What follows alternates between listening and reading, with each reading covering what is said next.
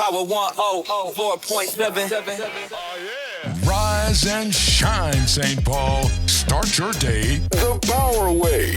The Wake Up on Power 104.7 FM. Monday through Friday from 8 to 10. Let's go. Let's go. Wake up. This is the wake up. Welcome back, everybody. We are here at Power 104.7, the Wake Up Morning Show. And it's time for our interview. Woo, woo, woo, woo. We've been promoting this for the last few days. We've been so excited to have this person in. Icon, in my opinion, someone who has broken barriers and living the dream. And it's beautiful in my opinion. But with that being said, everyone, let's give a huge shout out, a huge special warm welcome to Madame Mayorkaohly Her. Yeah. Hi. Hey, thanks for having me on. Yes, thank you so much for coming. We really appreciate it. I know you probably have a huge busy schedule. But how's your morning going so far? Of course she do. She the mayor. I know. Well, it's going well. And this is part of really being out there. I mean, it's important to participate and let people hear you. So I'm so glad and thankful you all are having me on. Thank you. Thank yes. you for coming. Yes. So just quick little small backstory. The way that you even got in here, right? I seen you in person and I was talking to my manager and I was like, I don't know if it's appropriate to walk up to her right now and ask her to come be a guest on our show. And he was like, go ahead and give it a shot. The worst you could say is no. So I took that initiative and you agreed and we're here. So that's exciting. It is exciting. And I always love it when people approach me that way because those are the best opportunities to connect with people. So I appreciate it. Yes. All right, well, let's go ahead and get straight into it. So before politics, before becoming mayor, who was Mayor Her growing up? Give us a little background about yourself. I was just that kid just growing up. I came to this country when I was 3 years old. I was born in the mountains of Laos in a bamboo hut, and my house had a dirt floor. And, I came to America, and I think, we really struggled like most, new immigrants and refugees. There are times of my life where I only ate one meal a day, and I really struggled. But, my father made a really big sacrifice. He quit. He worked in assembly in, a paper factory, and he quit his job because he knew that the only way that our family could live a better life was if he got his education. And when he was, trying to go to school, we were on public assistance. And I remember getting these big blocks of government cheese. And when we didn't have anything to eat, we'd cut that up and bake it. And then we just put a fork in it. And we'd all just eat out of that.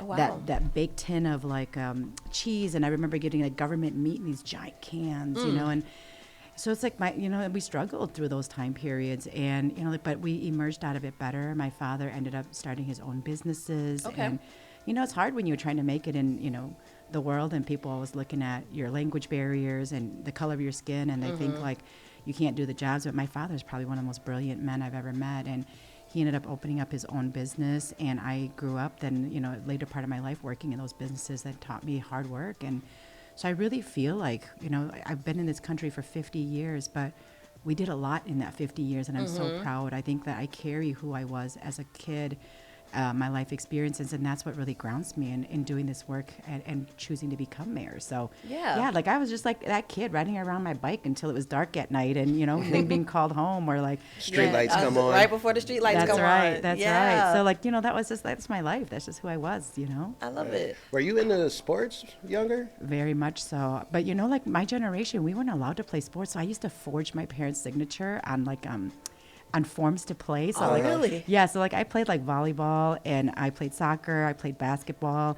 I love sports. I always tell people I'm not competitive, but I like to win. So they said, that's competitive. That's competitive. I don't want to beat other people. I just want to win. Yeah. Just have fun and have a good time real quick. Yeah, for sure. That's amazing. So experiencing that hardship as a child, with your family, how you just explained to us, what values you feel like that kind of shaped you? It really shaped me, the value of hard work and just persevering, persistence. But I think the greatest thing it taught me was how to have compassion for other people. That I don't know what led people to where they are. I don't know their life circumstances, but I know that when people are struggling, I gotta to be compassionate because there's a story that got them there. And how do we show up in a way that honors that? We don't have to know all of each other's stories, but we have to know there's a shared struggle between all of us. Right? Absolutely. Yeah. So that's what it taught me. Okay. Did you already know early on, like, I'm going to be mayor one day or something big, president or something like that? No, the truth is I always tell people that politics is a privilege. When you're like trying to put food on the table, you don't know if that pair of shoes is going to get you through that winter because you only get one pair of shoe. You don't know if like you're going to eat that day or what you're going to eat. Like, you're not thinking like who's making decisions for us, like who's creating these policies that like why don't we have food to eat, or like why is it so hard for us to have housing, or why is it so difficult to you just think like, oh, it's me, like if we just worked harder, if we just did more, if we like, you think like you're the problem, right? So like you're not thinking like who's making decisions. It wasn't until my husband and I both finished school and we were working as professionals and we had like these financially secured lives. And that was in our 30s where we were, and Obama telling me like, I need you. I was like, oh my God, he needs me. He's like, oh my God, he needs me. And so like, I showed up to like door knock and to like participate for the first time. And it's like, it wasn't until we were very secure in our lives and all of the other ways that privilege allows us to do things that I realized like, oh my God, there's a handful of people making decisions for all of us. And I was like, well, how do I get in on that? Because like, I want to make decisions for people who look like me or people with the same life experience as me. Right. And that's when I got into it. And I didn't run for office until I was 45. So like, it took a long time. So when I tell people like, you're mad at people voting against their best interests, they don't even know they're voting against their best interests because they're just like trying to survive. Yeah. For sure. So like that, I didn't know. That long story to say like I didn't know, and I didn't know I was going to run for mayor until 3 months before I ran for mayor. Wow, that's beautiful. I love that. So when you ran and then you won, tell us the weight you felt personally being the first female Asian mayor of St. Paul. Like when they said, "Hey, you're the winner." Yeah. What happened in your mind? It was like, the funny thing is I thought, oh my God, we won, because the truth is I didn't run thinking like I was going to win, because I never wanted to be like an executive. I loved being at the legislature. I was a state rep for 7 years, and I'm a collaborative leader. And so I was like, I need to be in a body that collaborates. I don't know if I could be an executive. And so like when we ran, it was just, I wanted to challenge the system to be better. Like I love my predecessor. He and I were friends. Our kids went to school together. Like I cared about him a lot as a person, but I always believe that like when we love each other and things aren't going well, we push each other to be better, right? And I said to him, we had months and months of conversation, and right before I decided to run, I said, look, I'm going to run, because it's really important that you go out and knock doors and talk to people, and there's no campaigning happening, and people have the right to know like things aren't going well for them and what we're going to do differently. And I said, so if I run, if I win somehow, I'm going to have the hard job of running this city. But if I lose, I made you a better mayor, because you had to go out and talk to people and convince them that like you had a plan for another 4 years. And so I said, I'm going to do it.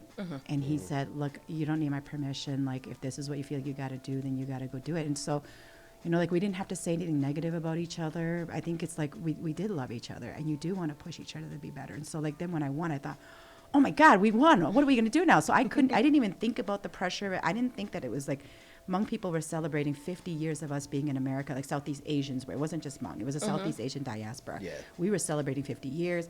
I didn't realize I'd be the first woman to win. I didn't think about all those things. But it was really weird to walk up into this space, like in our sort of space that night we were doing the watch to see what would happen in that race. Yeah. And to just have cameras lined up everywhere, all over. And we were walking up the stairs, and my husband's like, oh my gosh, what do we do now? And I said, hold my hand, and when we get up to the top, he goes, I'll bring you the cameras and I'll move away. And I said, no, you're going to stand there with me, because I don't even know what to do with this, right? So like we were just really surprised. Yeah. We just worked really, really hard and hoped for the best, but we knew that if anything at all, we forced conversations to happen that weren't happening. And that was my goal all along, was my goal. So beautiful. Yeah. Beautiful. Yeah. Especially in the St. Paul community. I grew up on both sides of the river, Minneapolis and St. Paul, but I know with growing up in St. Paul, the Asian, Hmong, Laos community and stuff, it's a very, very big impact. So how do you feel about being able to represent all those people that kind of get foreshadowed in this state of St. Paul, or in the city of St. Paul now? Yeah, I really appreciate that question, because I feel like Asian people are hyper invisible, right? Like I always tell people, like my black friends and I, and they'll at the legislature, they'll be barely speaking. They're like, why are you shouting at me? And I'm like, that image of like you being a black person, like you're hyper visible, right? But then Asian man, I'm like yelling at people and cussing at them. I'm like, why isn't anybody seeing me, right? Like, so like it's just like this weird thing, and I feel like, you know, people sometimes say to me like, aren't you mad that everybody thinks like all Asian people look alike? And I said, you know what? Every Asian woman that I know has said to me that people have mistaken them to be the mayor of St. Paul. Wow. And they've had people come up to them and say, are you the mayor of St. Paul? And I said, if I did anything at all for Asian women, is that I put them on the map. And that I'm so glad that people think that every single Asian woman they run across is the mayor of St. Paul. I'm like, I don't think that's a bad thing at all. They No, see us not at now. all. We were Absolutely. so invisible before, now they see us. You That's know? beautiful. That's beautiful. Yeah. Have you seen a huge change in your daily life? I mean, of course you have, right? You have so many different, so many more responsibilities and things like that. But like, just your daily life, does it feel different? Does it look different? Is there pressure to, I guess, perceive like a perfect, you know, lifestyle compared to before, where no one really knew who you were outside of you being in politics for a while now? But like, you just feel like you have this pressure to be upkept all the time. Absolutely. You know, the interesting is like BIPOC people, we're loud, right? When we're happy, we're loud. When we're mad, we're loud. And so my girls and I, when they come home and they're telling me about their day, and they're like shouting at the top of their lungs, and I'm like, guys, the windows are open. People are going to think we're fighting. They're going to call the police on us. Whereas before, I wouldn't have thought like to be afraid of like who we are. Like, we're just loud. We're really passionate people, right? And so like that is one thing that is, you know, is hard. I will say that the other thing that is difficult is like, I'm actually a really silly, goofy person. I'm funny, y'all. Like, I'm really funny. I can see it. I can see it. And like, I feel like I can't be that anymore because like, I think people judge black and brown people like different, right? Like if we like are wearing like casual clothes, or we're silly, or we're goofy, people like they don't think we're serious people. And so I feel like I used to never wear makeup, and I gotta wear makeup every day, or like I have to dress nice every day, or I can't be goofy because I used to like sing really loud in the grocery store, or like I would dance with my husband in the aisles, and I'm like I'm always worried. And my children, I was like, Mayor Her, people are looking at you, and I was like, oh. So it's like it's hard to be yourself, you know, when everybody recognizes you. It's really hard to be yourself. Absolutely. Yeah. So what do you do to kind of, I guess, when you go home and you take off the Superwoman costume? I love to say that. How do you stay grounded? What do you do to kind of take the mayor off and put back on her, Kaohly Her? You know, the interesting thing is, so I'm in my 50s now, and I heard that like women who are older should just be lifting weights. We don't need to do cardio anymore. I'm like, oh, thank God, because cardio so much. But so I try to work out. I try to lift weights, and I try to lift heavy. I know, like, you can't tell, like, this body is a body that works really hard. I believe lifting it. weights. But you know, so like, don't judge bodies. But you know, like, so I work out. I try to lift as much as I can. So you know, 3 to 5 times a week. I try to, if I could do 5 to 6 times, that's ideal for me. But I also, for, you know, it's such an interesting thing. Like, this is such a public space, and you're out in the public a lot. But I am a true extrovert, and I get my energy from other people. So like, everyone says to me, like, you're at events all the time.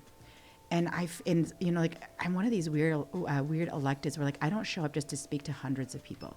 Like, if you got a gathering of like 10 people, I will show up. If you invite me, I will show up. Because that's what grounds me, is remembering like where I come from, and the people that like are my people, and watching people and when they're struggling. And you know, it's like, it reminds me like, this is more people than not. Like, you got to keep showing up for the people. And so I go to community centers, I go to libraries, I go to these small like gatherings in neighborhoods. Like, that's what grounds me. It's not these big like social media, on the news type of events. It's like the everyday thing where people don't even know I'm there. And people who follow my social media, like, you're everywhere. I'm like, I don't even put like 2/3 of the things I do on there. If I did, you would see like I was just hanging out with 5 people at the park, or like I just, you know, somebody had a small grand opening. There was like 10 people there. Like, I went there because it mattered to them. Because I knew what it was like for my dad to open up a business. And when you're a black and brown person, you like are hustling to get there, and like, people got to recognize what it took for you to get there. And like, I show up for those things. That's what grounds me. I love that. Like how you showed up for us today. So that's beautiful. I love that. I love that. Let's get into some more substance questions. What's one issue in St. Paul that you think people are frustrated about but may not fully understand? Oh gosh, there's so many. AKA DaeTV. Some Day TV. You are now watching the DaeTVNetwork. Because I think, like, when a lot of politicians run for office, they're like, I'm going to work on this issue and this issue. And I always tell people that our lives aren't neat and clean like that. Like, we live at the intersection of like housing instability and food instability and like mental health issues and not having access to healthcare and like all the disparities that exist because we're missing these things, right? And people, like people are like, you should work on health disparities. And I'm like, well, I can't. If somebody doesn't have a house to live in, they can't take care of their health, right? And if their kiddos can't learn because they don't have stable housing and they're eating only one meal a day, it's like, so I don't know. I don't know if it's necessarily like one issue, but I do believe that like our ability to make a living, even like I've noticed that when those of us who didn't have the option, our families didn't have the option to build generational wealth, we may all succeed and make six-figure incomes. But when you don't have that wealth, you're still living paycheck to paycheck. You're still taking care of if you're the one to make it, you're taking care of everybody else around you, right? Like, Yeah. So you can't, so it's like, how do we create better jobs, an economy that is thriving so that everybody has the ability to participate, not just in making that like income, but building that wealth. Like that to me, if we can build wealth, we can have a stable income, then we can work on, being able to have access to housing. We can work on having access to food. We can work on having access to health care so that all those things can come together so that we're not struggling so much. Like, I think that that's really big. And that's why I struggle a little bit when people are like, she's just focusing on businesses. And I think, like, businesses create jobs. Businesses also allow us to open up our own businesses, right? Like, and then when we're all paying taxes, those taxes go into like these public like safety net programs that like save my family's life, right? Like I can't have social good programs. I can't, provide grants to community members. I can't do any of that if businesses are not thriving and they're not paying the taxes that allow me to use those taxes to do those good things, right? Yeah. Like, so like, I don't know, like, I think that's the part that people might be struggling when they watch what I'm doing and they're like, why isn't she focusing on some of these social programs for us? Like, the state's running out of money. The city doesn't, like, everybody's property taxes are jacked up way high and like they can barely survive. So like, I can't raise taxes anymore. And that's what I have at the city is property taxes.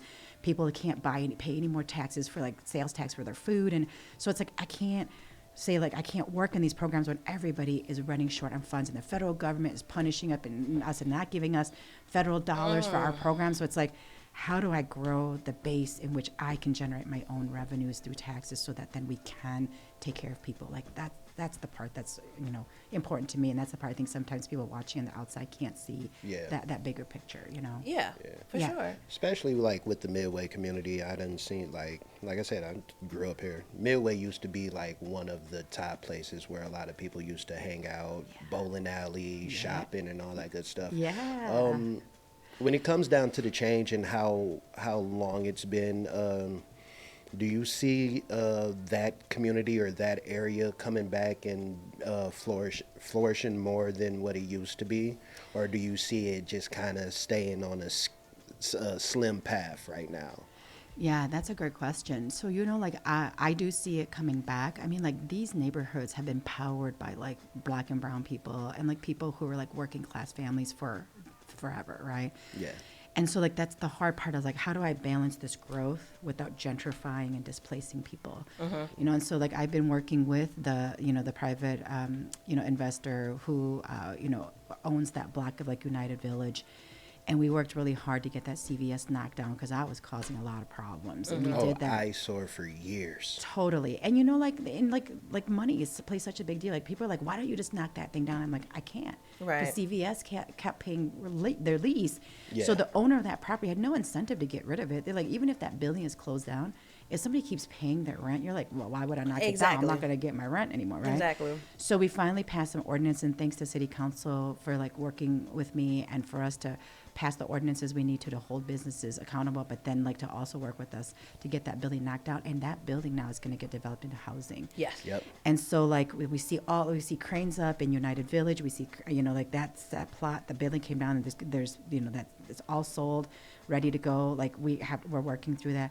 And I feel like if we can get that corner back up and running, right, like that would be fantastic for the neighborhood because we're going to have then places to eat and places for family to stay and parks, and we're going to have housing for people. But like that's such a tough balance because you're also going to be displacing people, right? Like you increase the value of that, and then all the houses increase in their values around there. Yep. And then it pushes those people because property taxes are tied to values of homes, and then the people who are living there can't stay there, and then people who can afford it move in. So like we're in this vicious cycle of like we have to rebuild neighborhoods, but when we rebuild neighborhoods, then the cost of everything increases, the value of everything increases, it pushes out our old neighbors. So it's like, how do you put the levers in place so that you keep that neighborhood intact and build new and build opportunities around it, but keep the people there? Like, I don't have the answers to all that, right? Like those are big, like capitalistic, like movement and that like I can't on myself change, but we as a people have to come together to say like, how do we keep capitalism in check as well, even though like we're a part of that system and it's been around for hundreds of years. We got to figure out how to do this together, and I don't have the answers, but I hope everybody's going to come to the table and work on it with me. Absolutely. Right. How do you feel about or your standings on public safety places specifically like downtown St. Paul, Midway, on the trains and things like that? That CVS area that we were just talking about, just so much going on, crime-related issues, drug-related issues, things like that. Is there anything that you are actively working on now to figure out a way to clean that up a little bit and just make public safety more safe? Absolutely. Like I think too, I want to just name out there that like we've been given this false choice of like, if you enforce the laws, like you shouldn't enforce any laws because you're of what that, who we're punishing, which is a very real reality, but also in saying that, then you, if you enforce, it's like this false choice of like who you're punishing. And I always tell people, we can enforce the laws that we have and do it with compassion and remember that we can't punish people who've traditionally been punished when law enforcement is engaged, right? Because we know like how we police black and brown bodies, like that is a really real thing. But like we also have outdated, obsolete laws in the books, and how do we get rid of those things? But how do we make sure that if we want to enforce for safety, because, and give people the help and the care that they need? Because addiction is a real reason as to why we end up in some of these spaces where people are like, oh, there's crime, right?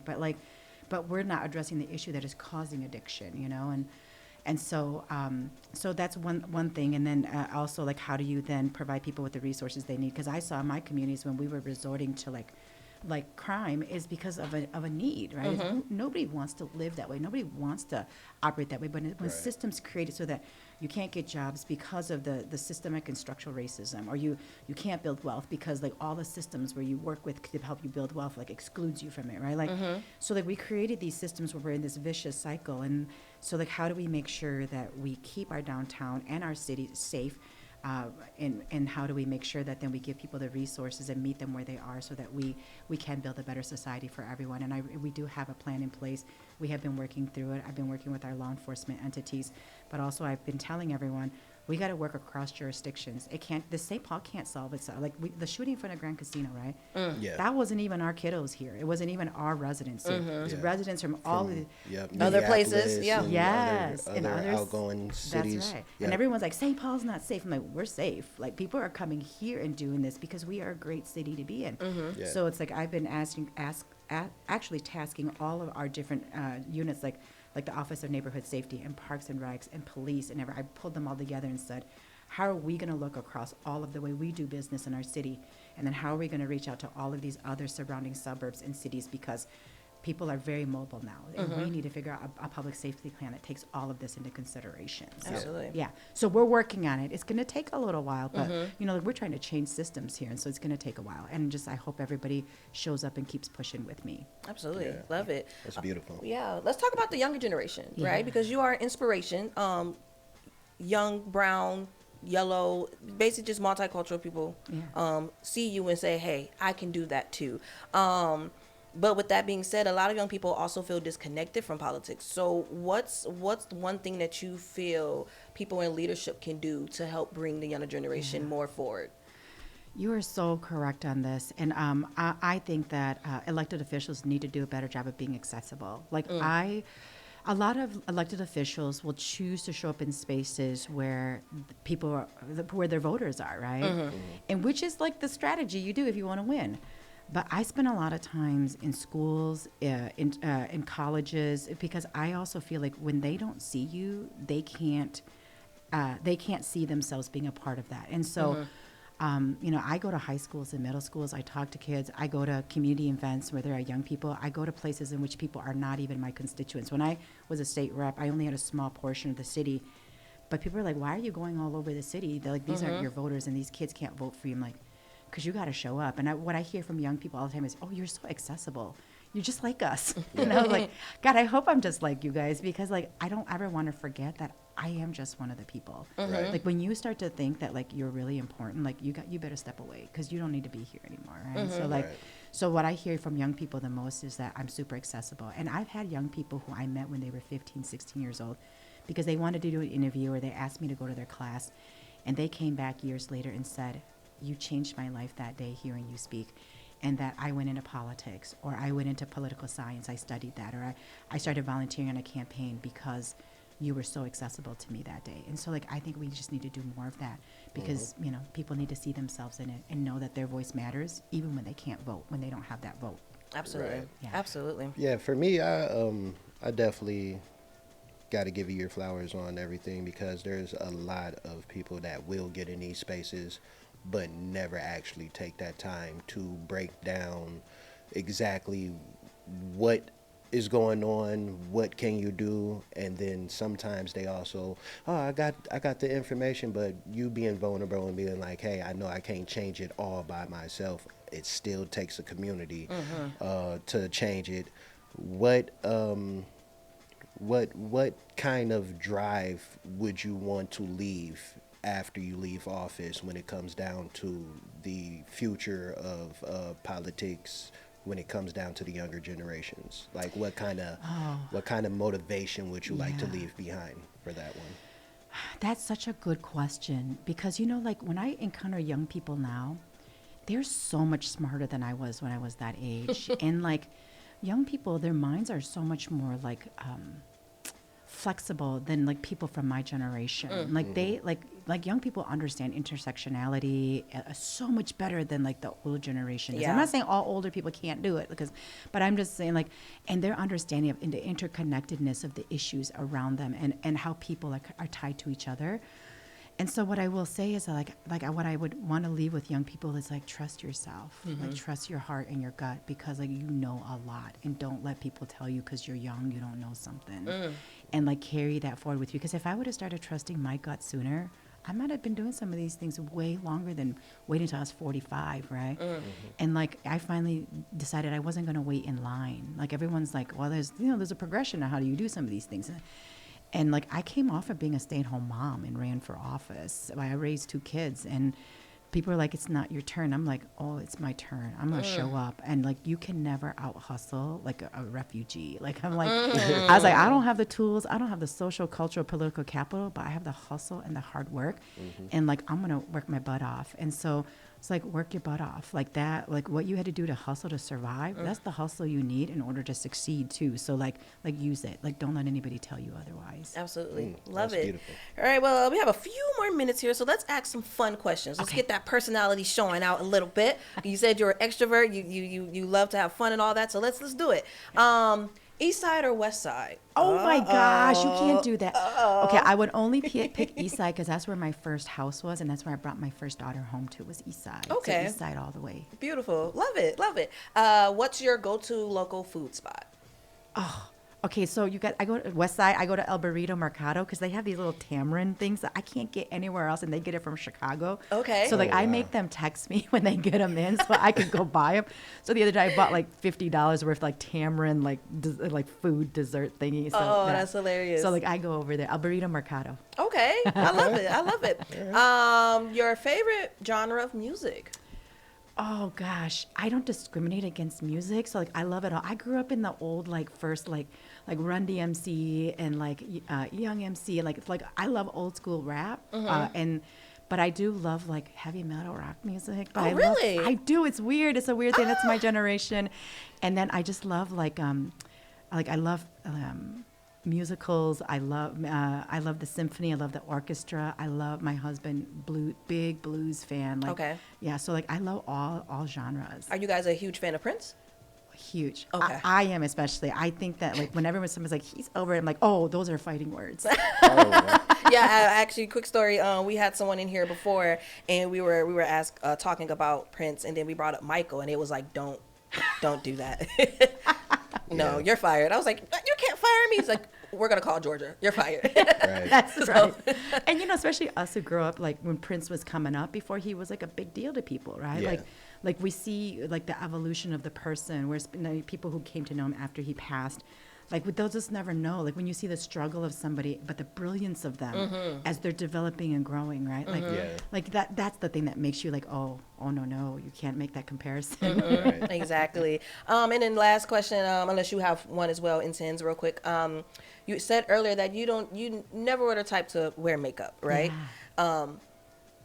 Have you kind of found yourself finding a style that you kind of are leaning into now? I mean, does a stylist come with you or anything like that? Or No, unfortunately. Okay. I will say that my style is still minimalist when it comes to like my makeup or how I look. Okay. But like I always think that like you should always still dress comfortably, and I'm trying to embrace being feminine because I grew up playing sports. I used to I was the kid on the block that was fighting everybody. Like I would fight 3 boys off. Oh, at so the same time. you were a tomboy. I was a tomboy. Okay. And like I still feel uncomfortable wearing dresses. I probably put on my first fancy dress at my inaugural like sort of ball like a couple months ago. Okay.